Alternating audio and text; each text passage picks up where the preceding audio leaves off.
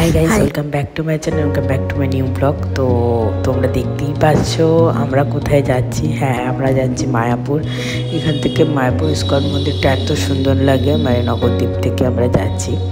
তো লঞ্চ পার হয়ে নিলাম, তারপরে ওখান থেকে একটা টোটো ধরে নিলাম, দিয়ে আমরা গেলাম সোজা মায়াপুর মন্দিরের সামনে।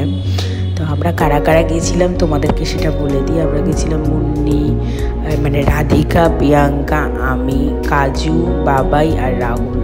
আমরা মোট গিয়েছিলাম 6 জন। আর বাবাইয়ের জন্মদিনের দিন গেছিলাম, কারণ আমাদের খুব যাওয়ার ইচ্ছে ছিল মায়াপুর। আর ওখানে গিয়ে প্রথমে আমরা খাওয়ার কুপন কেটে নিই গদা ভবনে।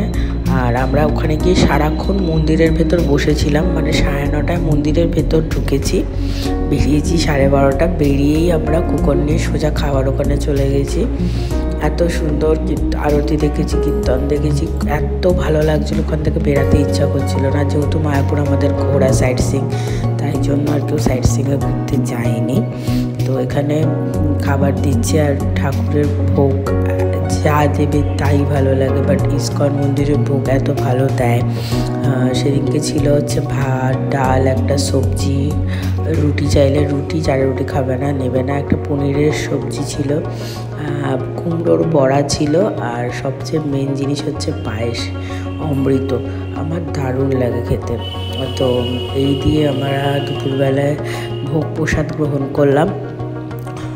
করার পরেই যে আমরা সব নিচে খেতে বসে পড়েছি, খাচ্ছি। দিয়ে খেয়ে দিয়ে নিয়ে বেরিয়ে দেখছি খুব পরিমাণে বৃষ্টি হচ্ছে। তারপর আমরা গুগল ওয়ার্ল্ডে গেলাম, মানে যেখানে সব ব্যাপারে জানা যাবে, তোমরা জানো ওখানে খুলেছে। তো ওখানে গিয়ে একটুখানি দেখলাম, বেরিয়েও দেখছি খুব বৃষ্টি পড়ছে। তো আমরা বৃষ্টিতে সেদিনকে খুব বাজেভাবে ফেসে গেছিলাম। তো বৃষ্টিতে ভিজতেই বাড়ি ফিরেছি। তো আজকের ব্লগটা কেমন লাগলো অবশ্যই কমেন্ট করে জানাবে। ভালো লাগলে লাইক, শেয়ার অ্যান্ড সাবস্ক্রাইব করবে।